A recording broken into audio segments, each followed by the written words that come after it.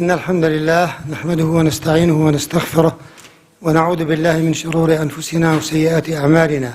من يهده الله فلا مضل له ومن يضلل فلا هادي له، وأشهد أن لا إله إلا الله وحده لا شريك له، وأشهد أن محمدا عبده ورسوله صلى الله عليه وآله وسلم. أما بعد، فإن أصدق الحديث كتاب الله، وخير الهدي هدي محمد صلى الله عليه وآله وسلم، وشر الأمور محدثاتها، وكل محدثة بدعة، وكل بدعة ضلالة، وكل ضلالة في النار. تفضل يا شيخ. ترجمة كويس ضروري. هذا الحمد والصلاة فيها بركة. بسم الله الحمد لله والصلاة والسلام على رسول الله أما بعد. The Shaykh, he began Ikhwani obviously by mentioning the Khutbatul Hajah, in which he sent salutations of peace and blessings upon the Nabi sallallahu alayhi wa ala alihi wa sallam, and the well-known things that he said therein. تمر الأمة الإسلامية بفتن كثيرة تعصف بها، وذلك من عدة أمور وجوانب. The Shaykh said there are many trials and tribulations that are confronting the Islamic community, the nation of al-Islam, our Ummah, that causes us to be sorry for a number of reasons.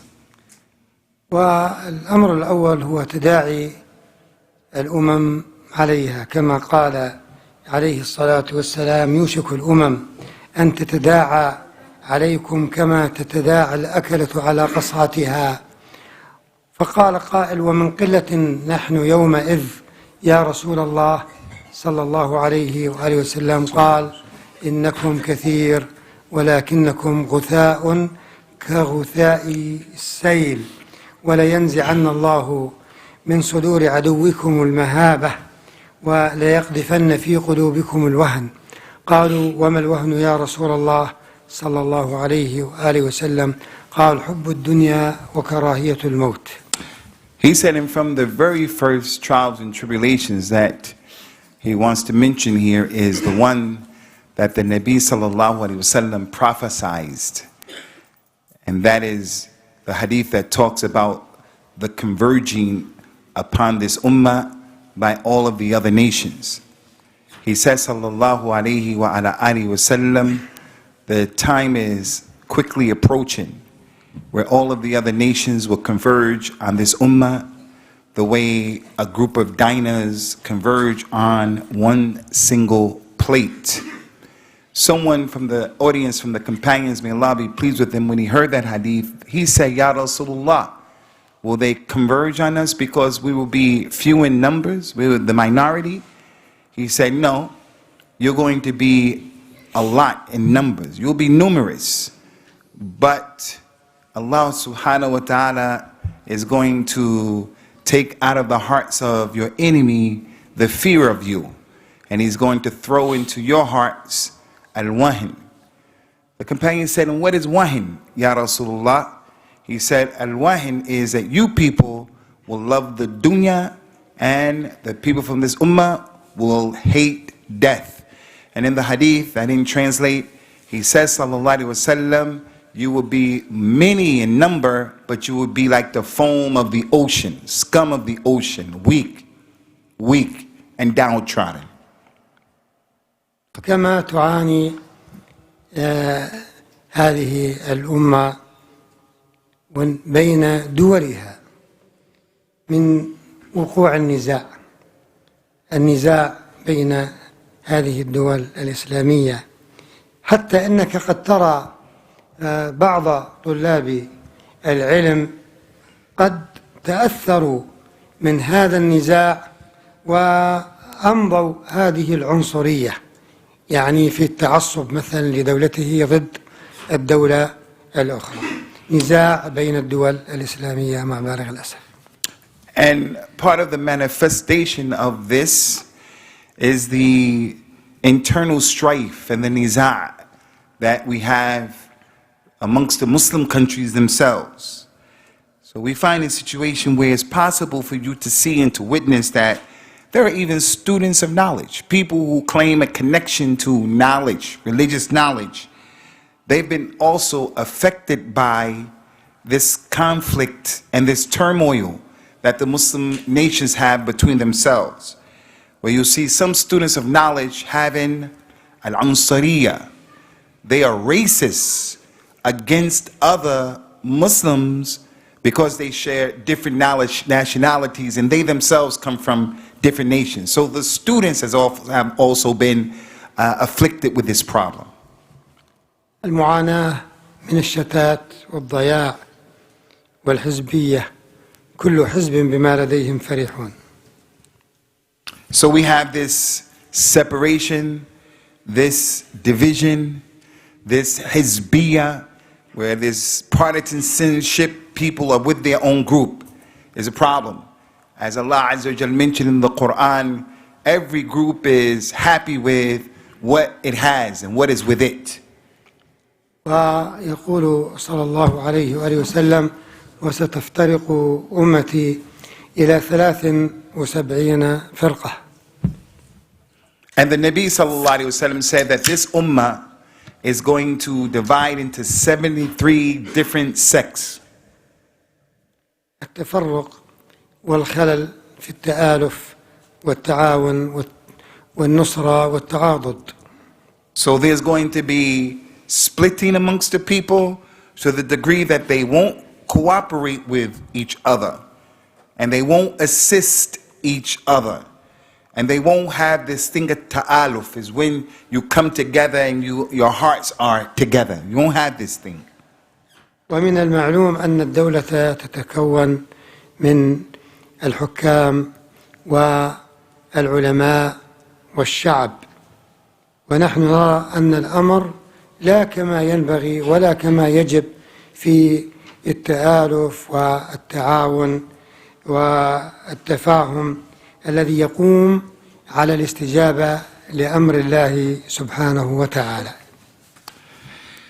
The Shaykh said what is well known is the fact that every single nation or country, a country in itself, it consists of the rulers, the people who run the show. It consists of the ulama, the people who have been endowed with religious knowledge. And it consists of the sha'b, the people, the inhabitants of that country. So between these three categories of people, it is obligatory and it is something that is necessary that they cooperate with each other so that they can come out with an understanding to benefit their own situation. But unfortunately, and when that happens, they'll be able to answer the call. When that happens, they'll be able to answer the call of what they have been commanded to do. But this is not what we find. عدم وضوح المنهج بالنظر إلى المنهج والأمور العلمية والدعوية نرى التقصير الكبير عدم وضوح أمور التوحيد والسنة وهما مفتاح كل خير. The Shaykh, he said that the fact that one of the things we have in our nation is that there is a sense of there not being clarity. There's lack of clarity in the proper path, the minhaj that we're supposed to be upon as a nation. We're supposed to have this comprehension of educational affairs, things that are connected to knowledge. There's a great taqsir, falling short of the mark, and the way these things should be understood and the way that they should be applied. As a result of that, we have a lot of turmoil, a lot of confusion. The issue of a tawheed and a sunnah, these two integral parts and aspects of Islam, they're not understood. And we all know that both of them are the key that opens up the door of good for the community. هناك ضعف كبير بالعمل بما ورد في الشرع فيما يتعلق بالسلوك والأخلاق. And also, as it relates to the behavior of the people, the way we're supposed to be existing and the way we're supposed to be acting, the Muslim nation, there is a lot of falling short of the mark as it relates to acting correctly and appropriately in the way we have been commanded to do. هنالك مجاهرة بالمعاصي. There are many things that are encouraging people and calling people to disobedience. ومع كل ذلك فلا ننكر الجوانب الإيجابية الكثيرة في الدعوة إلى الخير والبر والإصلاح والبذل والعطاء، مع التذكير بقول النبي عليه الصلاة والسلام: إذا قال الرجل هلك الناس فهو أهلكهم. So the Shaykh said, although this is the case, he doesn't want to paint a black, dark picture. There are a lot of problems, a lot of challenges, a lot of things can be accused and criticized. He said, although this is the case, we still don't negate the fact that there has been a lot of positive effects as a result of a dawah and spreading knowledge and educating people.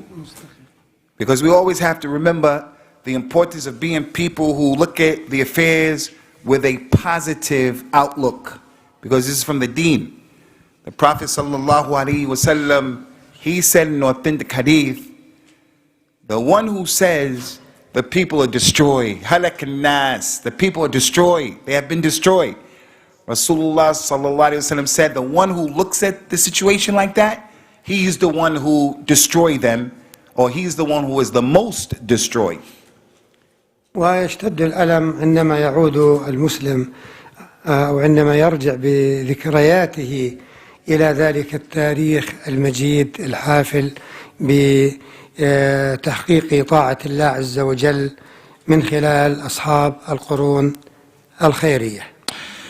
And the pain, to return back to the condition of the Ummah, the pain that the people experience, it is increased, especially when the Muslims start to ponder over and consider the historical past and the golden years of al-Islam. When it comes to know how the companions, may Allah be pleased with them, the way they were, as a result of the way they were and what they did in their sacrifices, they made the tahqiq. They realized, they actually came to the realization and they experienced the benefit of what you're supposed to be doing, what we're supposed to be doing. So our pain becomes more when you know about that history. وكي لا نيأس فإن الله عز وجل قد بشر بظهور هذا الدين وبسعادة البشرية بتحقيق الاستجابة لأمر الله عز وجل ولأمر رسوله صلى الله عليه وسلم، وهذا ما سنبينه بعد الصلاة بإذن الله سبحانه وتعالى.